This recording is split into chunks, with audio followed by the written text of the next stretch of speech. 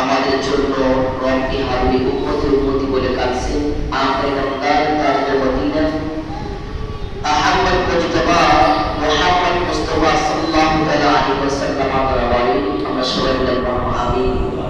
আমার প্রিয় ভাই বাবা, আমরা গত দুই জুমা এলবেদিন সম্পর্কে, কোরআন শিক্ষা সম্পর্কে সংক্ষিপ্ত আকারে আলোচনা করেছি।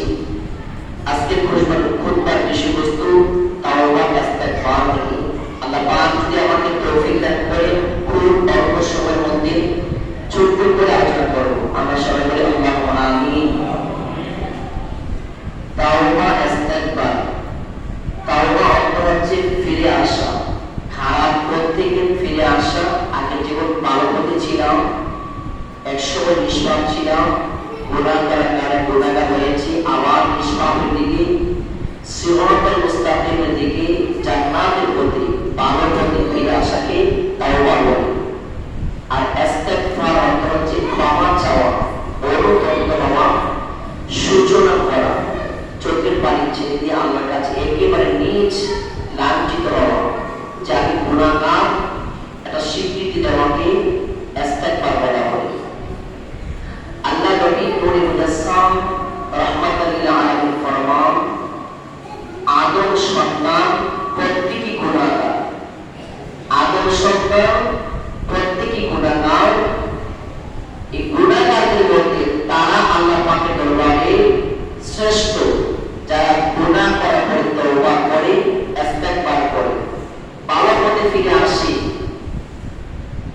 নিজেকে স্বীকৃতি দিয়ে যে আর গুনাহ করব না, ভালো পথে ফিরে আসে এবং আল্লাহর কাছে ক্ষমা চায়, আল্লাহ আমি ভুল করেছি। যারা গুনাহ করার পরে এই ক্ষমা চাই, আল্লাহর ফরমান তা হচ্ছে শ্রেষ্ঠ, মানুষের মধ্যে তা শ্রেষ্ঠ। বনি আদম সন্তানের মধ্যে নবী রাসূলের ব্যতীত সবাই গুনাহগার, কারো গুনাহ কম, কারো গুনাহ বেশি।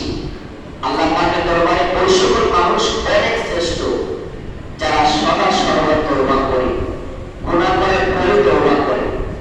তাওবা ইস্তেগফার এমন একটা জিনিস, ক্ষমা চাওয়া, মাফ চাওয়া, ভালো পথে ফিরে আসার প্রতিজ্ঞা করা, কমেন্ট করা, যে আমি খারাপ কাজ করব না, এই কথাটা, এবং ক্ষমা চাওয়া, আল্লাহ আমাকে ক্ষমা করে, ভুল করেছি, এবং দুটা চোখের পানি, এই তিনটা জিনিস আল্লাহ পাকের দরবারে অনেক প্রিয়, অনেক দামি। চোখের পানি আসলে তখনই আসে, যখন অনুতপ্ত হই, যখন পরিষ্কার করে, তখনই চোখের পানি আসে। আল্লাহ পাকের দরবারে সব চাইতে দামি, প্রিয় হচ্ছে মানুষের চোখের পানি। সব চাইতে দামি হচ্ছে মানুষের চোখের পানি। আল্লাহ হাবিব ফরমান, কোন ব্যক্তি যদি গুনাহ করার পরে, ভুল করে হোক আর ইচ্ছাকৃতভাবে হোক, যদি গুনাহ করে ফেলে, গুনাহ করার পরে যদি সে ক্ষমা চায়, অনুতপ্ত হয়ে, আর তার চোখ বেয়ে পানি যখন নিচে আসে, গাল বেয়ে পানি নিচে আসার আগে আল্লাহ রাব্বুল আলামিন তার সমস্ত গুনাহগুলো মোচন করে দেন, মাফ করে দেন। বলেন সুবহানাল্লাহ। এই গুনাহগুলো, তার সমস্ত গুনাহকে আল্লাহ মাফ করে দেন। আমাদের গুনাহ আছে কি আছে না? গুনাহ নাই এমন কোনো মানুষ নাই। মানুষ, আদম সন্তান গুনাহ করতে পারে, ভালো কাজ করতে পারে, এই জন্য আল্লাহ পাকের দরবারে আদম সন্তান শ্রেষ্ঠত্ব হয়েছে। আদমকে আল্লাহ পাক দুইটা গুণ দিয়েছেন, আদম গুনাহ করতে পারে, আবার ভালো কাজ করতে পারে। আর ফেরেশতা, তাদেরকে আল্লাহ পাক গুনাহ করার ক্ষমতা দেন নাই, গুনাহ করার সাথ দেন নাই। এই জন্য ফেরেশতা আদমের চাইতে শ্রেষ্ঠত্ব হতে পারে নাই। তবে যারা আল্লাহ পাকের দরবারে গুনাহ করার পরে ক্ষমা চায়, আল্লাহ পাক তাদেরকে বড় ভালোবাসেন, তাদের প্রতি বড় মায়া করে, দয়া করে।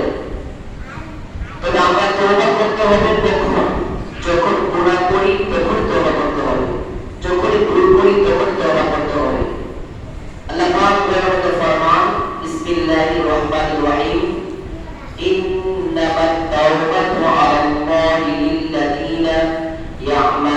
السوء بجهالة ثم يتوبون من قريب فأولئك يتوب الله عليهم وكان الله عليما حكيما আল্লাহ তাআলা ফরমান নিশ্চয় আমি ওই সকল বান্দার তওবা কবুল করি আমি ওই সকল বান্দাকে ক্ষমা করে দিই যারা গুনাহ করার পর সাথে সাথে তওবা করে আমি তাদের গুনাহ ক্ষমা করে দিই বলে সুবহানাল্লাহ وليس التوبة للذين يعملون السيئات حتى إذا حضر أحدهم الموت قال إني تبت الآن ولا الذين يموتون وهم كفار أولئك أعتدنا لهم عذابا أليما الله يفرمان أن تشكر بعض التوبة بالقيلة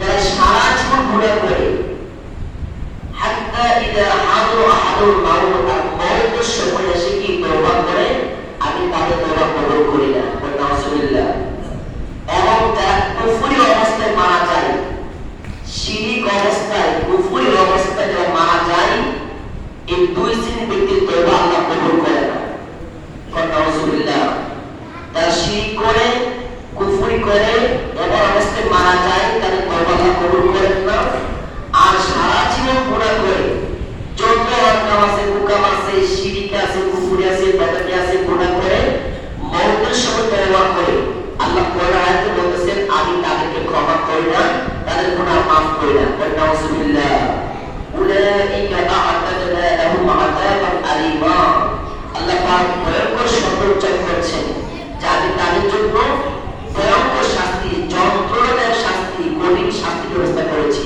নাউজুবিল্লাহ তাহলে আমরা তওবা করতে হবে কখন যখনই গুনাহ করি যখনই ভুল করি তখনই তওবা করতে হবে সাথে সাথে আল্লাহ পাক আপনার গুনাহগুলি maaf করে দিবেন আর সারা জীবন গুনাহ করে মৃত্যুর সময় তওবা করলে আল্লাহ ক্ষমা করবেন না তো আমরা দেখা যায় অনেকে সারা জীবন গুনাহ করে মৃত্যুর সময় ইমাম সাহেব হুজুর মুয়াজ্জিন হুজুর হাফেজ সাহেব হুজুর পীর বাসার কথা কি তওবা করেন আসলে তওবা সংখ্যার মধ্যে পড়েন না আপনার নিজের গুনাহ তওবা নিজে করবেন নিজের ক্ষমা নিজে চাইবেন আরেকজন দিক করার কোনো প্রশ্নই আসে না করতে তার কোনো সমস্যা নেই ভালো কিন্তু নিজের তওবা নিজে করতে হবে নিজের স্বীকৃতি নিজে দিতে হবে যে আপনি গুনাহ করেছেন কি কি গুনাহ করেছেন আপনি জানেন আর আল্লাহ জানে আর কেউ জানে না সুতরাং যখনই গুনাহ করবেন তখনই তওবা করবেন ক্ষমা চাইবেন আল্লাহ পাক ক্ষমা করে দিবেন আর তওবা করলে কোনো লস নাই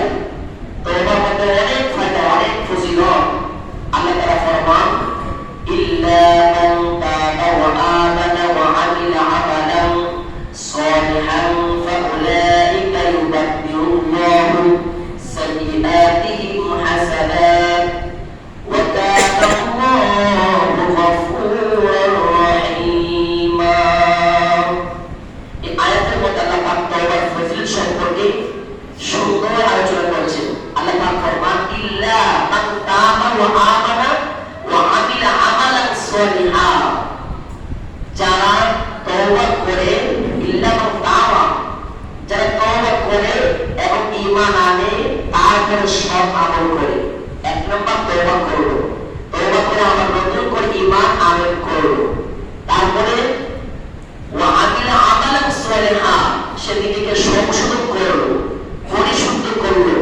তারপরে আল্লাহ পাক ফরমান ফাউলাইকা ইউবাদদিলুল্লাহু সাইয়্যাতিহিম হাসানাত আল্লাহ তাআলা কত মহান আল্লাহ তাআলা ফরমান এই বান্দা তওবা করার কারণে ঈমান আনার কারণে এরপরে গুনাহ করে না নিজেকে সংশোধন করে নিচ্ছে এই জন্য তার অতীতে যত গুনাহ ছিল আমি আল্লাহ রাব্বুল আলামিন তার সমস্ত গুনাহগুলিকে নেকে পরিণত করে দিয়েছি সুবহানাল্লাহ মুমিনের আমলনামা এখন গুনাহ থাকে না মুমিন যখন তওবা করে ইস্তেগফার করে অতীতের গুনাহগুলি আর আল্লাহ পাক এই আয়াত দ্বারা প্রমাণ দিচ্ছেন যে অতীতের গুনাহগুলোর গুনাহ থাকে না এই অতীতের গুনাহগুলো আল্লাহ পাক নেকে পরিণত করে দেন বলে সুবহানাল্লাহ আল্লাহ পাক আরো মহব্বত করে বলছেন ওয়া কানা আল্লাহু গফুর রহিমা কেননা তিনি এমন রব তিনি তিনি এমন মালিক যিনি অত্যন্ত ক্ষমাশীল এবং অতি দয়ালু। আল্লাহ অতি দয়ালুবান। আল্লাহ নিজের যে মহান সেই কথা বলতেছেন। দুনিয়ার মধ্যে সমাজের মধ্যে আপনি বারবার গুনাহ করলে, বারবার সমাজ গঠিত কাজ করলে, রাষ্ট্রীয় গঠিত কাজ করলে সমাজ আপনার বিরুদ্ধে ব্যবস্থা নেন। রাষ্ট্রীয় বিরুদ্ধে কাজ করলে, রাষ্ট্রের বিরুদ্ধে কাজ করলে রাষ্ট্র আপনার বিরুদ্ধে কাজ আপনার ব্যবস্থা নেন। আপনাকে অনেক শাস্তি দান করেন, আপনাকে ফাঁসি পর্যন্ত চড়ায়, সমাজ থেকে বের করে দেন। আল্লাহ তাআলা বলেন যে আয়াতের মধ্যে তার নিজে কত বড় মায়া, আল্লাহ কত বড় দয়া। এটা আল্লাহ পাক বলতেছেন যে বান্দা যতই গুনাহ করো, যতই গুনাহ করো, যতই অন্যায় করো, যতই অপরাধ করো, আমার দিকে ফিরে আসো, আমার দিকে ফিরে আসো। তুমি যতই গুনাহ করো, যত গুনাহ করো, আমি সমস্ত গুনাহ আল্লাহ মাফ করে দিব। বলে সুবহানাল্লাহ। আল্লাহ এইভাবে তার বান্দা বান্দাকে আহ্বান করতেছেন, قل يا عبادي الذين أسرفوا على أنفسهم لا تقنطوا من رحمة الله إن الله يغفر الذنوب جميعا إنه هو الغفور الرحيم। আল্লাহ তার বান্দা বান্দাদেরকে কি মজা, কি সুসম্পর্কের আশ্বাস দিচ্ছেন যে বান্দা আল্লাহ পাকের হাবিবকে বলতে বন্ধু কুল ইয়া ইবাদিয়াল্লাযীনা আসরাফু আলা আনফুসিহিম লা তাকনাতু মির রাহমাতিল্লাহ। বন্ধু আপনি আমার বান্দা বান্দাকে বলে দেন, আপনি জানিয়ে দেন তুমি যতই গুনাহ করেছো, নফসের উপরে যতই জুলুম করেছো, আল্লাহর রহমত থেকে নৈরাশ করো না। সুবহানাল্লাহ। তুমি কি পরিমাণ গুনাহ করেছো, তোমার গুনাহ যদি হয় সাগরের ফেনা পরিমাণ, আল্লাহর রহমত মরুভূমির বালু কণা পরিমাণ। তোমার গুনাহ যদি হয় পাহাড় পরিমাণ, আল্লাহর রহমত আকাশ পরিমাণ। তোমার গুনাহ যদি হয় আকাশ পরিমাণ, আল্লাহর রহমত আরশ পরিমাণ। তুমি কি পরিমাণ গুনাহ করেছো, যতই গুনাহ করেছো, তুমি আমি আল্লাহর দিকে ফিরে আসো, আমি আল্লাহর কাছে ক্ষমা চাও, আমি তোমার সমস্ত গুনাহগুলো মোচন করে দিব। সুবহানাল্লাহ। লা তাকনাতু মির রাহমাতিল্লাহ ইন্নাল্লাহা ইয়াগফিরু যুনুবা জামিআ। জামিআ তোমার যত গুনাহ আছে আমি ক্ষমা করে দিব। সুবহানাল্লাহ। ইন্নাহু হুয়াল গফুরুর রহিম। কি মজা করে আল্লাহ বলতেছেন ইন্নাহু হুয়াল গফুরুর রহিম, নিশ্চয় আমি আল্লাহ অত্যন্ত ক্ষমাশীল, অতি দয়ালু আল্লাহ। সুবহানাল্লাহ। তিনি কি মহব্বত করে রাখতেছেন। আপনার মার সাথে আপনি 5 বার 10 বার বিয়াদবি করলে আপনার মা কি বলবে যে তোর মতন সন্তান আমার দরকার নাই। আপনি সরকারের বিরুদ্ধে একটা দুইটা কথা বলেন, সরকার আপনাকে বাধ্য হবে, আপনাকে জেল জুলুম যত নির্যাতন আছে আপনাকে করবে। কি করে না, অনেক কিছু করে, খুন করা হয়, গুম করা হয়, অনেক কিছু করা হয়। কিন্তু আমার আল্লাহ কিন্তু এরকম না। আল্লাহ এরকম না কেন জানেন? একটা হাদিস আমার মনে পড়ে গেছে। আল্লাহ এরকম না কেন?